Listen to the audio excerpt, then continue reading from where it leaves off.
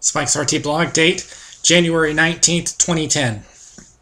Alright, for those of you that were at further confusion, welcome back. Hope you had a good time. Let's see. I am about to check to see if there is any statistics on how many had attended, or I'm looking at it right now. I currently do not see any statistics at this time, but I'll bring it up as soon as possible. I haven't talked about Rainbow Tiger in quite a while. We have redesigned the club again, so if you're looking for it, you need to go to the old location. There is a teleport pad on the ground. You have to click on it. It'll give you an orb. It'll teleport you to the new location. I didn't have, I hardly had anyone there last week, but I expected that since it was completely new to everyone. So, so once again, just go to the old location. It'll give you a teleport to the new location. Next up, some of you probably seen this the past few days. There's been some controversy with the Boston Blazers, which is a lacrosse team. They had what they call a distasteful halftime show when they had their mascot Scourge receive 3 lap dances. And yeah, I agree with everyone. That is really unacceptable, especially with a family environment. But in this case, this is not necessarily the mascot to blame for this one. It's really to the manager or the coordinator, whoever makes this stuff. From what I hear, it was his first and I think his last game to coordinate. So this is probably going to be on the news for a little while, but it's all over YouTube. Yeah, I saw myself and I was disgusted with it. Alright, next, this is a big one. Just a few minutes ago, I just saw the episode with My Strange Addiction, which they put some light on Us. This goes around the girl named Lauren, with her first name Kira. I'm giving this show an overall negative rating because the first few minutes of the show, I was appalled by it. Because I read in the article before the show aired, Lauren made it clear that it was a hobby, not an addiction. Yet they named this, they called it an obsession. They believe that there are people that believe she is hiding something by being in her fursuit head. And of course, the big one, they bring up the topic of sex again. And what got me was that they said, currently, Lauren does not have sex. They make it sound like that she will do it in the future. Come on, people!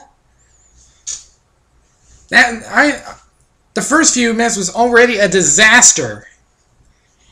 As the episode goes on, Lauren's having a good time, and yet her cousin and her mother are having a fit because they think it's weird to go out in public with it.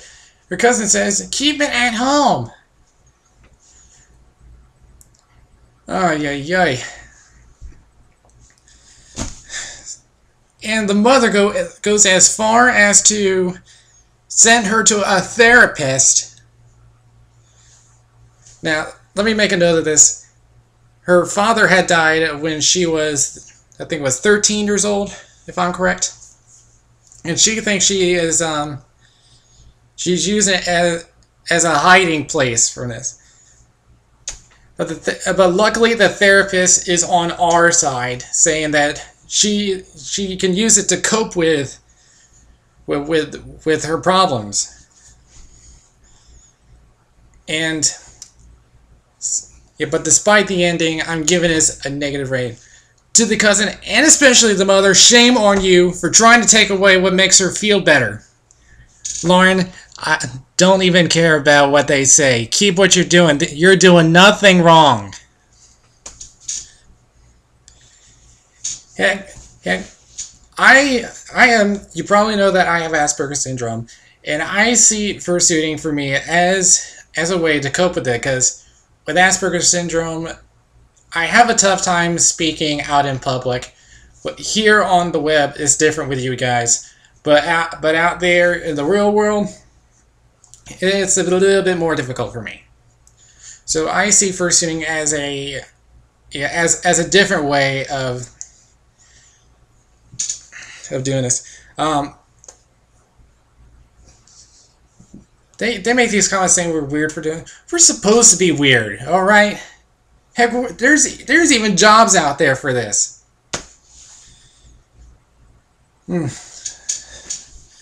But don't think I'm letting you off the hook, Lauren. Next time, be more careful about the people you choose to have an interview with, all right? Because a show named My Strange Addiction, that is just a horrible place for furries to be interviewed on, because it makes us look like freaks. Stick with journalism, all right? All right. One last thing, and for some of you, you might want to turn the video off now, because this deals with a little bit of drama that's been going on the past few weeks. For a particular user named Felinoid, who for the past few weeks has been having a fit with Wolfie and Tamius, which we have not heard from them in a long time. They're just doing their own thing. And yet, Felinoid gets on Tamius about some kind of copyright thing on YouTube. And yet, I see nothing wrong with what Wolfie and Tamius did, because I talked with them and I don't see anything wrong in it. So, Felinoid pretty much defriended them, but yet he is still making videos about them, even though Wolfie and Tamius have moved on. Because Felinoid goes as far as to bring up a 50-minute video about this drama, and a nearly 2-hour video on a radio show.